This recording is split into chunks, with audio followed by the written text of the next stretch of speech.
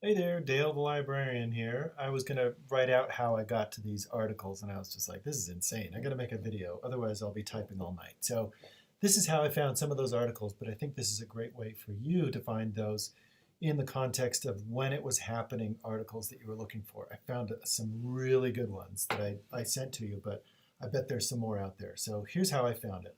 And it was a bit of a trick, too. The fascinating thing about it was that it was an important event and it was significant, but I think a lot of the historical context gets lost in all of the Pac-12 rhetoric and jargon that you run into. So, was it diminished in the scope of things? That's something that you get to decide. But here's how I found the Western Athletic Conference articles that I did. And this is how you can find some more. When you go to the research databases, you can find things by the type, and one of the types is newspapers. My favorite database, though, I already know the name of it, so I'm going to go directly to it.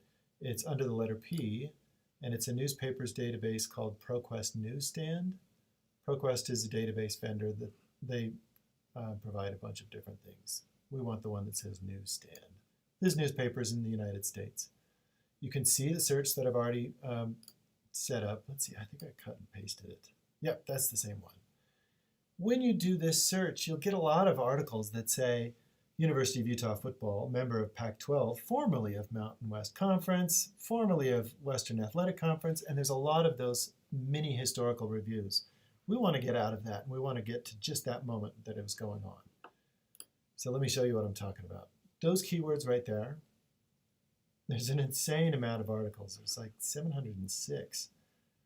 So what we do is we narrow down to the specific date of the thing that we were talking about. And it seems like it was around 1998. You're going to know the dates better than I will. But you can see there's a date range here where you can sort, and you can go into like major decades. So you can nail it down to that one if you want to go through some of those articles. There would be a lot more articles to look at, but it would be less than 700.